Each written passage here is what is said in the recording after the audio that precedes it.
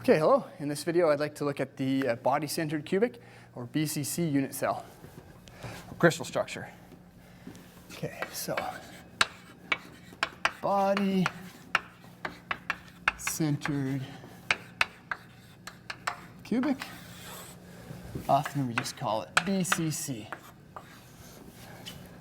So again, as we do for FCC, we can start with a unit cell, a cubic unit cell, and then position some atoms in that unit cell. And so again, we're going to position atoms at each of the corners.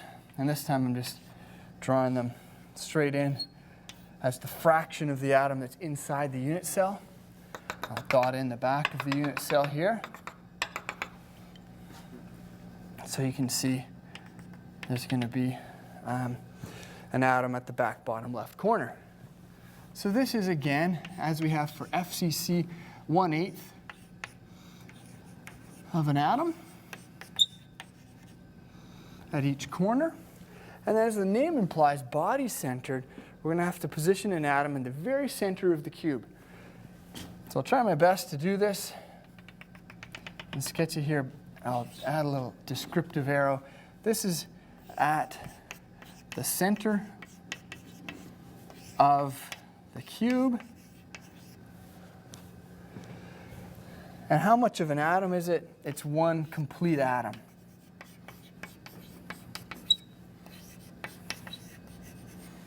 So the number of atoms inside a BCC unit cell then is going to be one atom from the center plus 1/8 times 8 corners equals 2 atoms. Or again, we would just say n equals 2 for BCC. So the next thing that I should show you, and again, it's a little bit difficult to see from my freehand sketch perhaps, but it's the direction that the atoms are touching. So the atoms, the first thing I'll show you is the atoms are not touching along the edges. That's important to appreciate.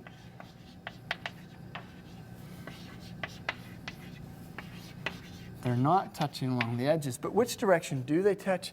Well, actually, they touch across the cube diagonal. That is, this front bottom left atom touches the central atom, which in turn touches the back bottom right. Or sorry, back top right.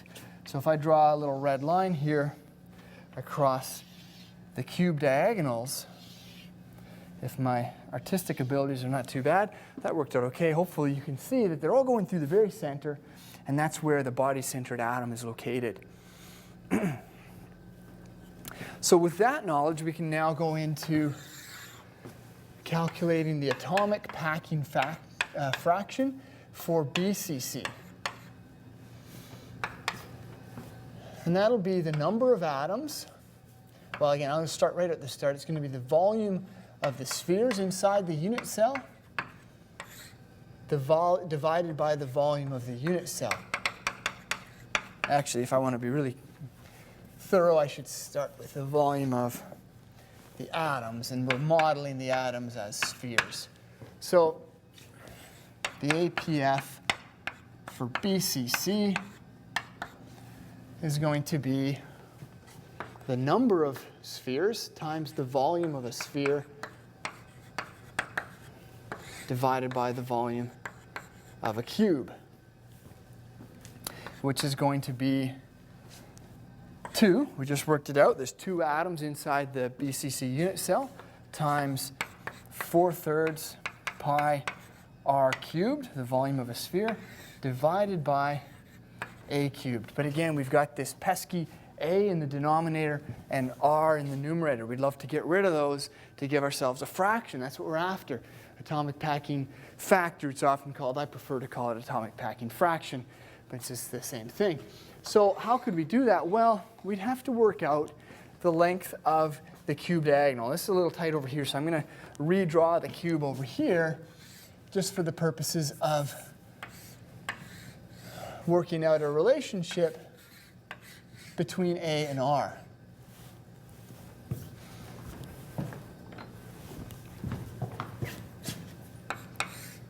So we've got the edge length A, and A, because it's a cube, they're all the same. And then we know that the atoms are touching across the cube diagonal, like that, the cube diagonal. And then if I try to draw the atoms in as if they were really hard spheres, you would see that it looked something like this. Okay, and then there's the back top right. So you can hopefully see that we've got 4 radii across the cube diagonal. There's one at the bottom front left. There's 2 radii through the center, and then one more here. My sketch is not perfect, but hopefully you appreciate what's going on. So then if we take Pythagoras there, in 3 dimensions, we've got a squared plus a squared plus a squared should equal the cube diagonal all squared, which was 4r all squared. So 3a squared is equal to 16r squared, or a is equal to 4 over root 3r. I'll put that in a little box, and that's the relationship between A and R for BCC. And so now if we substitute that into our atomic packing fraction calculation, we've got 2 times 4 times pi r cubed over 3 times 4 upon root 3 cubed r cubed. And again, we can cancel out the radius. You see, atomic packing fraction is independent of radius. That's a good result. And if, again, you do some massaging on those numbers, you're going to come up with 0.68. And if you compare that to the atomic packing fraction that we calculate for FCC, you'll realize it's less than that. So this is not close packed. And then the last thing I can do to complete the story for BCC is to show you the coordination number for BCC.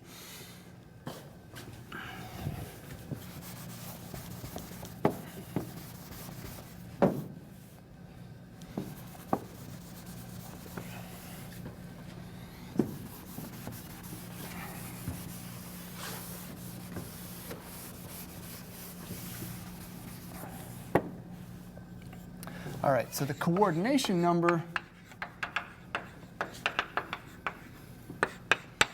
again, is the number of nearest neighbor atoms, or the number of atoms touching any atom. And I find it's usually best to start with, for BCC, just start with this central atom right here.